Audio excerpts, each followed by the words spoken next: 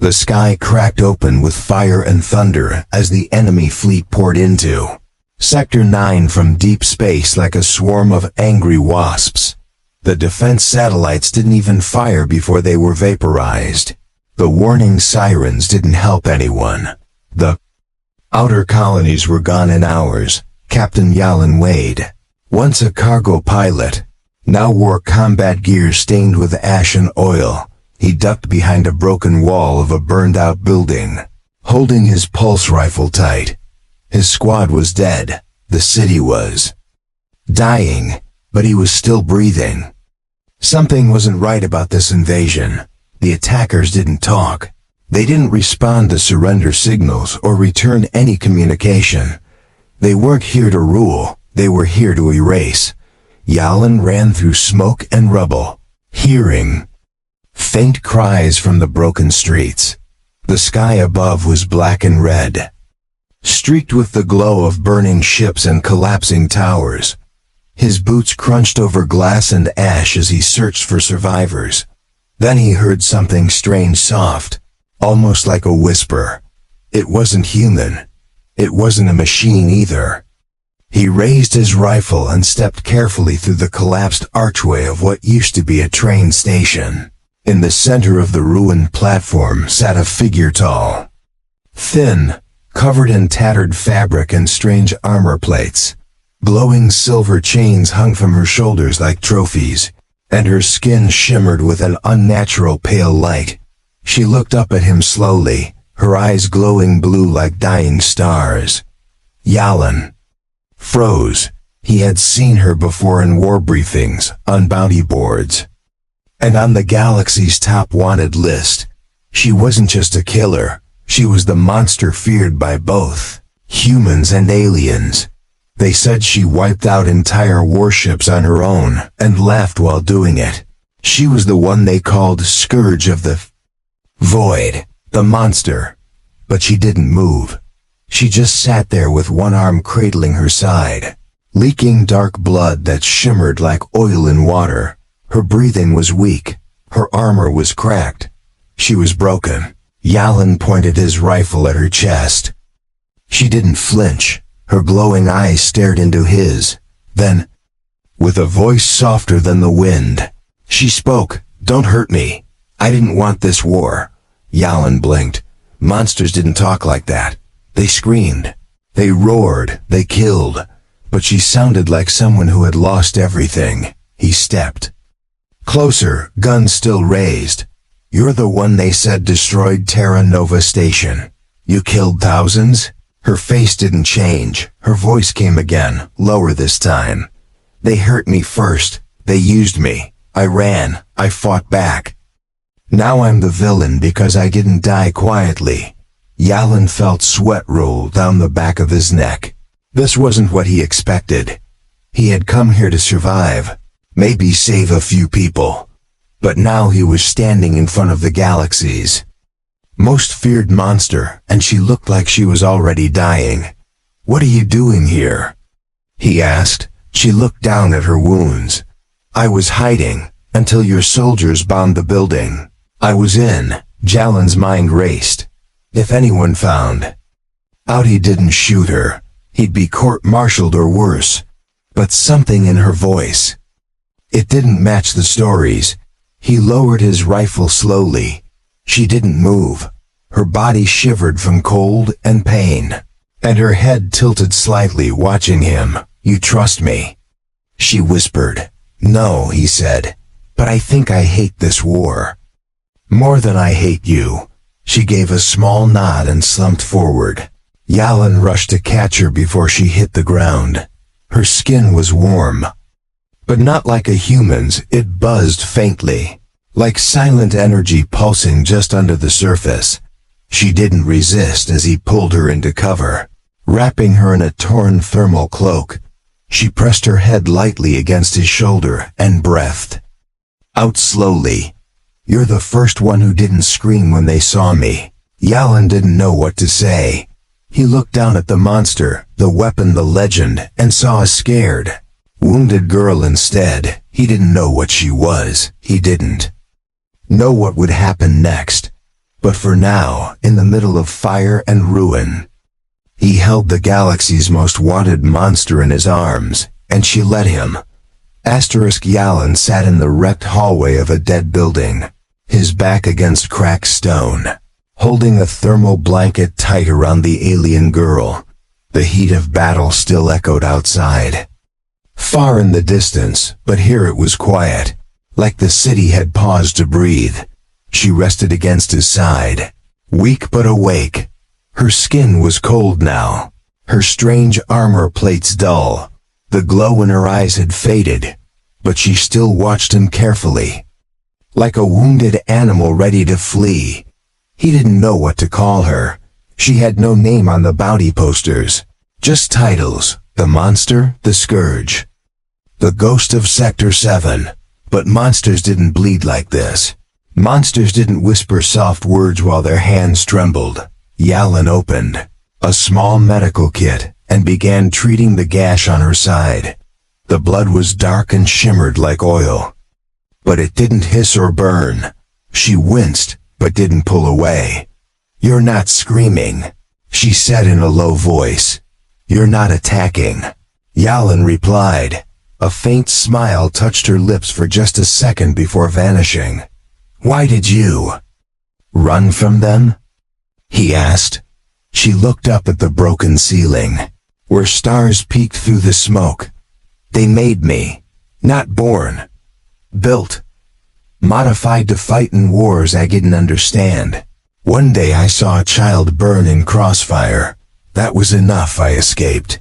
Yalan felt the words hit him like a punch. All the horror stories, all the fear, they had never mentioned anything human about her. But now, her voice was heavy with truth. "You're not with them anymore?"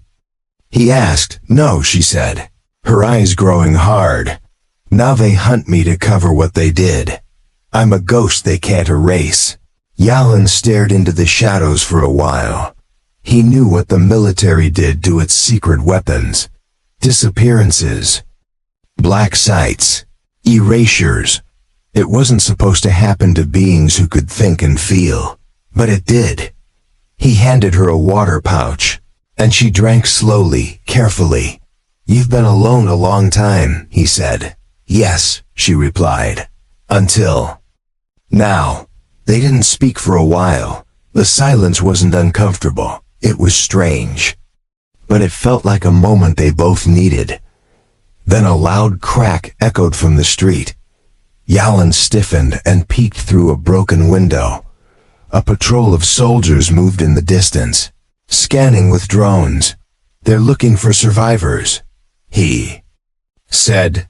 "No," she whispered. "They're looking for me. I left a signal trace when I collapsed. They'll come here soon." Yalan's mind raced. If they found her, they'd kill her, or worse, take her back to wherever she escaped from. And if he was found with her, he'd be treated as a traitor. "We have to move," he said. She nodded slowly, trying to rise. Her legs shook and gave out. Yalan caught her again, lifting her into his arms without thinking. "I can walk," she said, but her voice was too soft to believe it. "Not right now," he said. "You saved yourself this far. Let me help for a bit." He moved to the ruins with her in his arms, careful to stay in shadow. The fires from earlier had burned low, but the smoke still offered cover. He knew these streets. This used to be his city before the war crushed it under metal and fire. They passed an old metro tunnel, sealed off since the first wave of attacks. Yalan kicked the rusted panel aside and stepped into the dark. She coughed once as the dust rose. He laid her down gently on an old bench and pulled a tarp across the entrance. "It's safe enough for now," he said. She looked at him, her eyes searching his face. "Why are you helping me? You don't even know my name."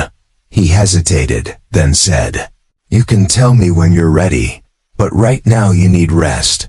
For the first time, she closed her eyes without fear. As she slept, Yalan sat nearby, rifle in hand, watching the tunnel entrance. The weight of what he was doing sank into him. He wasn't just hiding a fugitive, he was protecting something more than that. She wasn't a monster. She was a scarred being made into a weapon. Now trying to find something that felt like peace. And for reasons he couldn't explain, he felt drawn to her pain, not as a soldier, but as a human. Something about the way she had looked at him. Something about the way she allowed him near. Even when she was strong enough to kill him if she wanted, it meant something. He would stay awake. He would guard her sleep, because no one else ever had. The metro tunnel was quiet except for the sound of dripping water and the hum of a broken light far in the distance. Yalan kept his rifle ready while the alien girl slept on the cold bench wrapped in the thermal blanket. Her breathing had become steady. Her face calm. She looked peaceful now, not like a wanted killer, not like the ghost they all feared. She looked like someone who had been running for too long. Yalan didn't know what was happening to him. He was a soldier. He followed orders. But something about this girl pulled at something deeper in him, something human. After hours passed, she opened her eyes slowly and looked around. Her hand moved toward her side, where her wound was now covered with a soft wrap. "You stayed," she said, surprised. "I said I would," Yalan replied. She sat up with a little effort and stared at him. "I thought humans always feared things they didn't understand. Some do," Yalan said. "Some try to understand instead." She gave him a small nod and reached for the water pouch again. This time, she drank more easily. Her strength was returning. Yalan leaned against the wall beside her. "You never told me your name." She hesitated. "I don't have a real one. They called me Subject Kira 9. The rest called me Void Witch." He blinked. "Void Witch? That's the name they whispered in the barracks. Some soldiers said you could tear ships apart with your hands." She smiled faintly. "I can, but I only did that to survive. They wanted me to be a weapon, and I became one, but now I want something else." Yalan watched her carefully. "And what is that?" She looked at him, eyes glowing again with a soft blue light. "To feel safe, just once." Yalan didn't know how to answer. He had never met anyone who destroyed warships and then asked to feel safe. Before he could speak, a faint beep echoed. In the tunnel, he froze, then tapped his earcom. A signal. Military drones had scanned this area minutes ago. They were close. "We need to move again," he said quickly. Kira 9 stood on her own this time. Her legs still shook a little, but she was strong enough to walk. Yalan helped her through the shadows as they moved deeper into the old metro line. He remembered a hidden service tunnel that led outside the city wall. If they could get there, they might reach the outer zones, where no one would be scanning for her. As they walked, she whispered, "Why do you trust me?" "I don't fully," he said, "but I believe you didn't lie. That's enough for now."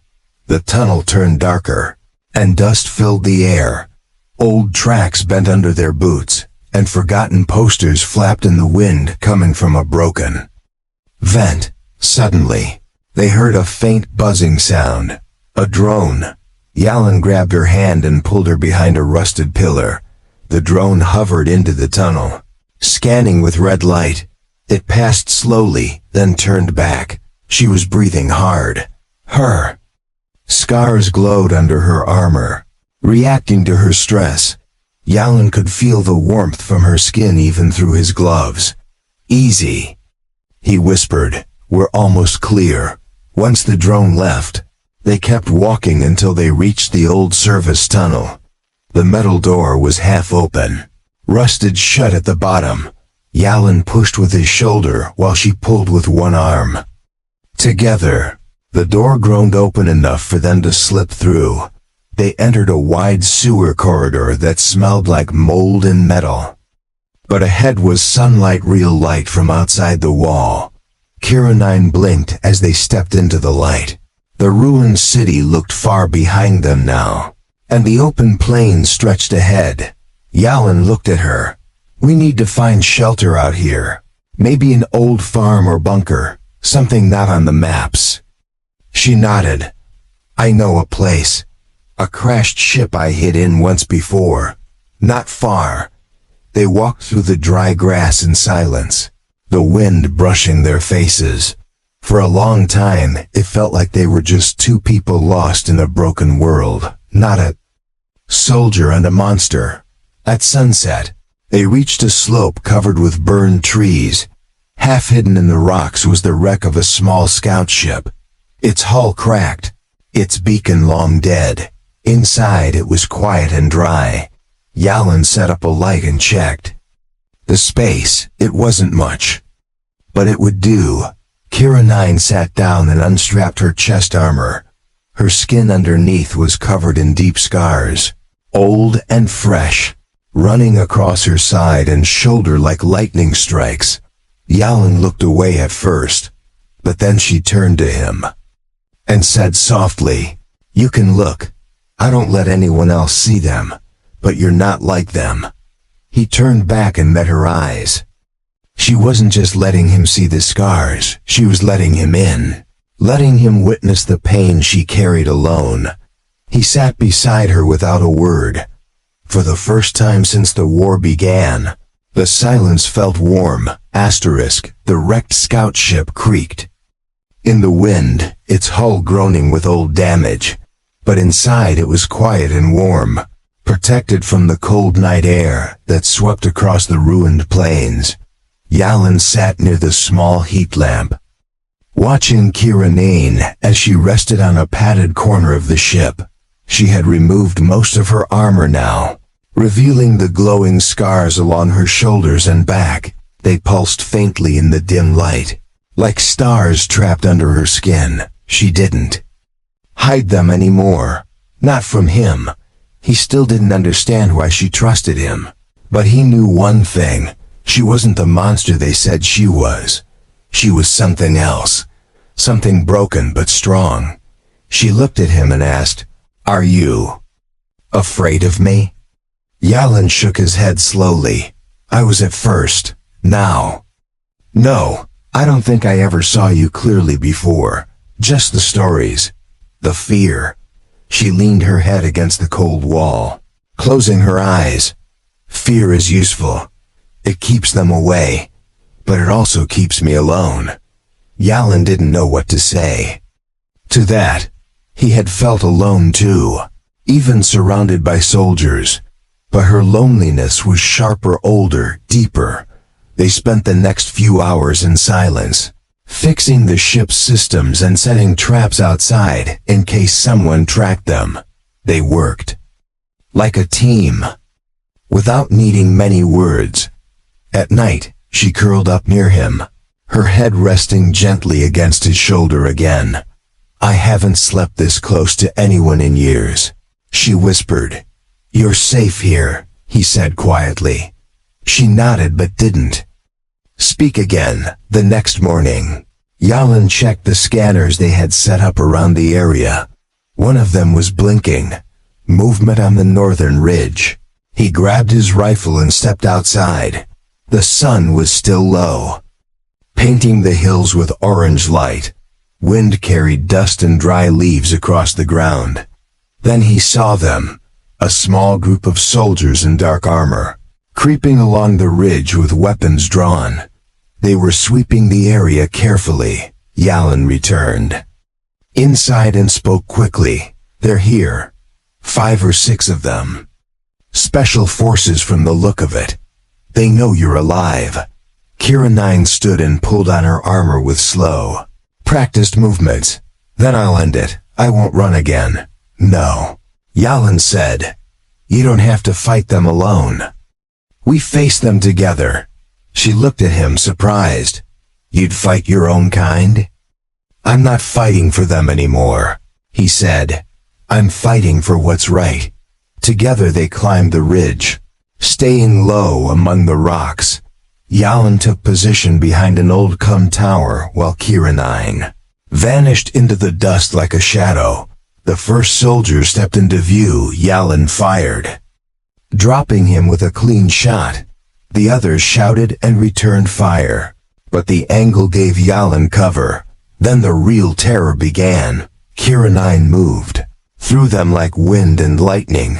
Her speed was inhuman, her strikes sharp and perfect. She didn't kill unless she had to, but when she did, it was quick and silent. Two soldiers tried to flank Yalin. He took one down, and Kira 9 dropped from the rocks onto the other, disarming him with a twist of her glowing arm. In less than 3 minutes, it was over. The final soldier backed away, hands raised, eyes wide with fear. Please, I didn't know she was real. I thought she was just a myth. She's not a myth, Yalin said, stepping forward. She's a person, and she deserves to live. The soldier ran, disappearing into the dust without another word. Kira 9 stood still, her armor scratched and her breathing fast. Yalin walked over to her slowly and placed a hand on her shoulder. "You're not alone anymore," he said. She turned to him and nodded. "You could have left. You didn't." "Neither did you," he replied. They walked back to the ship together, moving like people who had fought side by side for years. There was trust now, real trust.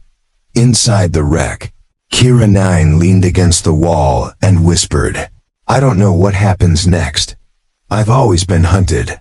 I've never had a future." Yalin sat beside her. "Then let's make one, together," she smiled. A real one this time, not the small sad curve she used before. This was different, warmer. Outside, the wind howled again, carrying the scent of fire and ash. But inside the ship, something stronger had started to grow between them. Not fear, not pain, but hope. The wrecked ship stood silent under the gray sky. Clouds rolled slowly above the hills, as if watching the two fugitives below. Inside the cold metal walls, Yalin cleaned his rifle while Kira 9 sat cross-legged near the power console, checking the energy cells they had salvaged. Their silence was not empty anymore. It was calm, peaceful, like they understood each other without needing words. Yalin glanced at her scars again. Even though they pulsed with strange light, he no longer felt afraid. Those marks were not signs of danger. They were proof that she had survived everything thrown at her. "How long until the next drone scan?" she asked without looking up. 3 hours if they're following a pattern," Yalin replied. Kira nodded slowly. "Then we have 3 hours to disappear again. But running forever isn't living." He looked at her surprised. "You want to stop running?" "I want to stop being hunted," she said softly. "I want a place where I don't have to sleep with a weapon under my arm. I want to wake up and not wonder if today is the day I die." Yalin put down his rifle and walked over to her. "We can try to reach the edge of the system. There are still neutral zones out there, hidden colonies. Maybe they won't know who you are.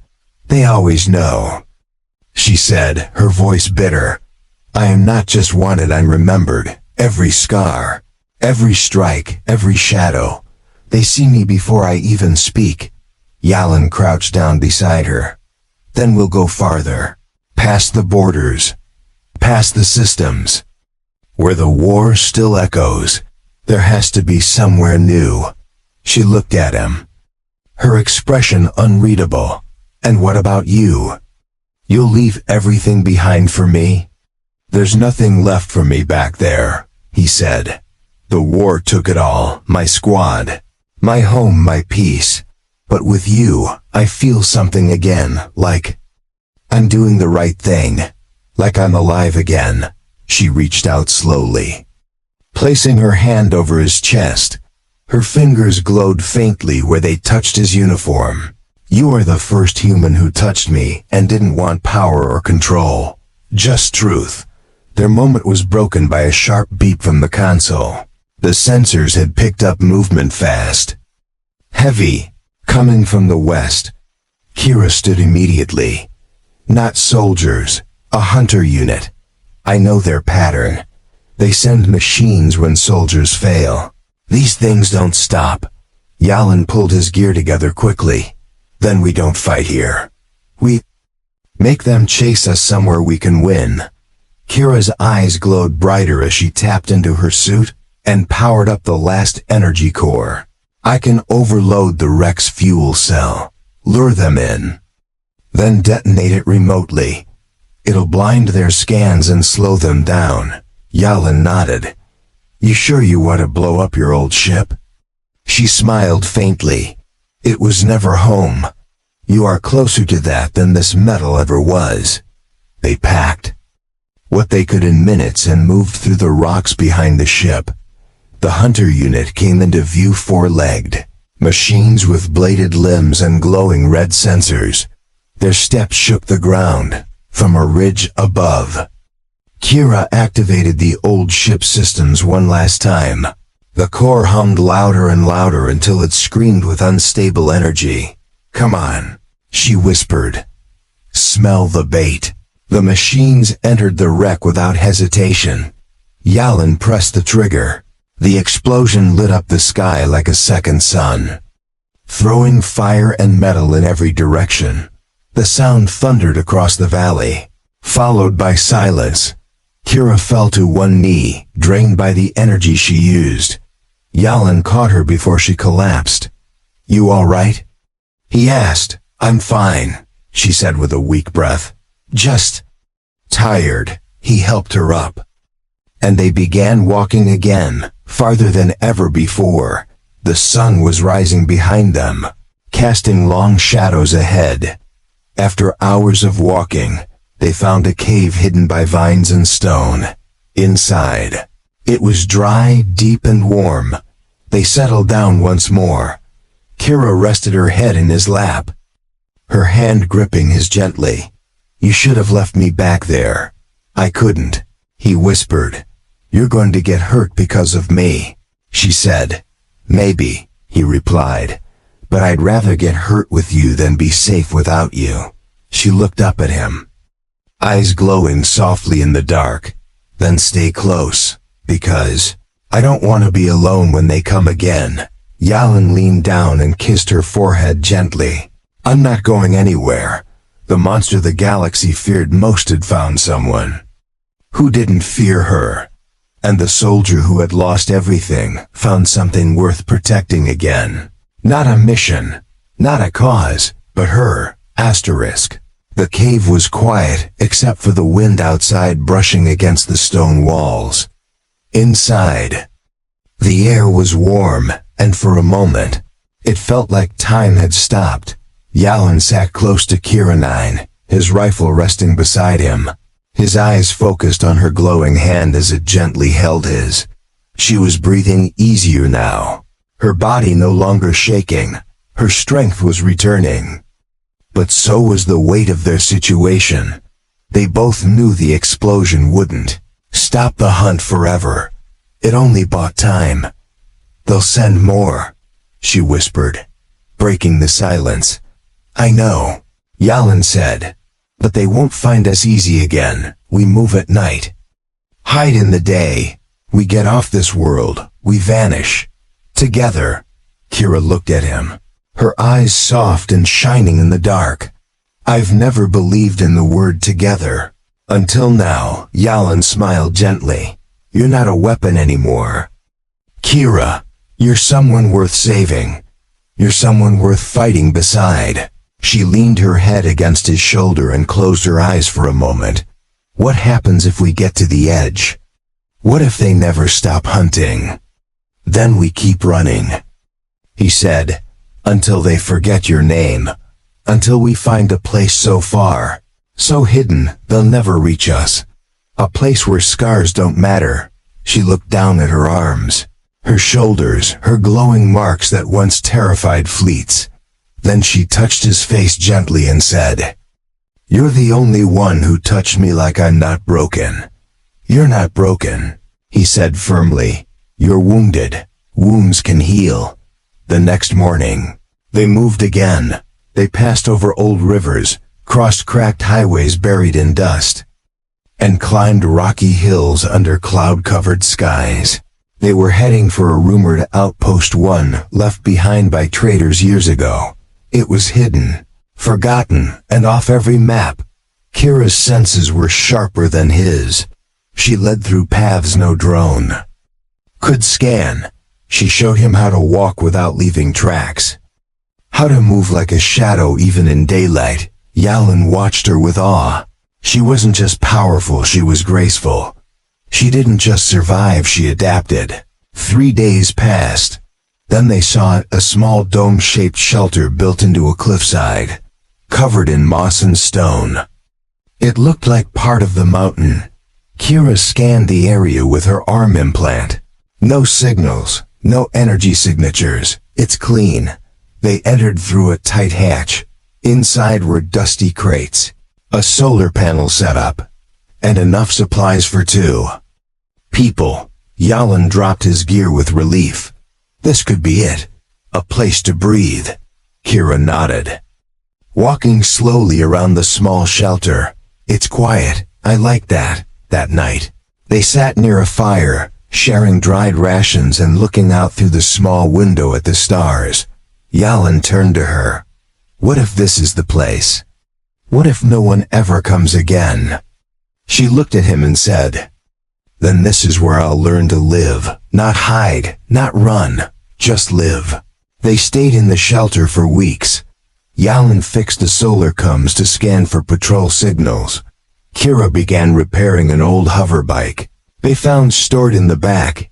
Each night they slept close, their fingers intertwined. Each day their words came easier, lighter, softer. She laughed sometimes, the first time it happened. Yalan froze. It was a sound he never thought she could make. It wasn't loud, but it was real. She was healing, and so was he. But peace couldn't last forever. One evening, a soft alert buzzed through the comm panel. A low-range scan, a scout ship had entered orbit. Not close, but searching. Kira looked at Yalan, her expression calm. "We should go. If they scan long enough, they'll find us," he nodded. "But this time, we leave by choice, not fear." They packed quickly. Kira sealed the shelter behind them with a plasma lock, leaving no trace. As they climbed the ridge, Yalan turned back for one last look. He didn't feel sad. He felt ready. On the other side of the hill, the stars stretched wide, endless and full of new chances. Kira stood beside him, no longer hiding, no longer just a weapon. "You said wounds can heal," she whispered. "They can," he replied. "But scars stay, and maybe that's okay, because scars mean we survived." She took his hand. "Then let's survive together." They walked into the night. 2 fugitives carrying pain, hope, and something more powerful than fear. Not the galaxy's most wanted monster, not a haunted soldier, but 2 souls who had found something worth protecting, each other.